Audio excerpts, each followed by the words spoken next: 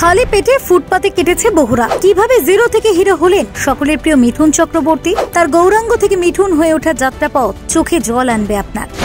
মুম্বাইতে গিয়ে বাংলা ও বাঙালির মুখ উজ্জ্বল করেছেন অভিনেতা মিঠুন চক্রবর্তী। একসময় বলিউডের জনপ্রিয় তারকাদের টক্কর দিয়ে একের পর এক সুপারহিট ছবি দিয়েছেন তিনি। তবে হিন্দি ছবিতে অভিনয় করার সুযোগ পাওয়ার আগে স্ট্রাগল করতে হয়েছিল তাকে। যদিও তার অভিনয় জীবন শুরু হয়েছিল 1976 সালের মৃগয়া নামক এক বাংলা ছবি দিয়ে, কিন্তু তারপর তিনি মুম্বাই যান অভিনেতা হবেন বলে। কিন্তু মুম্বাই আসার পর খুব কষ্টে দিন কাটতে শুরু করে তার। জানা যায় গায়ের রং কালো ছিল বলে সিনেমায় কাজ পাচ্ছিলেন না তিনি, তাই সারাদিন কাজের সন্ধানে এখানে সেখানে ঘুরে বেড়াতে হতো তাকে। রাতে জলের ট্যাঙ্কি অথবা কোনো বাড়ির ছাদে ঘুমোতে, কোনো দিন আবার রাতের খাবারটুকুও পেতেন না। তবে একটা সময় পার করে ছোট ছোট চরিত্রে অভিনয় করার সুযোগ পান তিনি। কিন্তু 1982 সালের ডিস্কো ডান্সার ছবিটি মুক্তি পাওয়ার পর রাতারাতি জনপ্রিয়তার শীর্ষে পৌঁছে যান মিঠুন চক্রবর্তী। এই ছবিতে তার অভিনয় এবং নাচ দেখে মুগ্ধ হয়েছিল গোটা দেশবাসী। এমনকি বক্স অফিসেও প্রায় 100 কোটি টাকার কালেকশন করেছিল এই ছবিটি।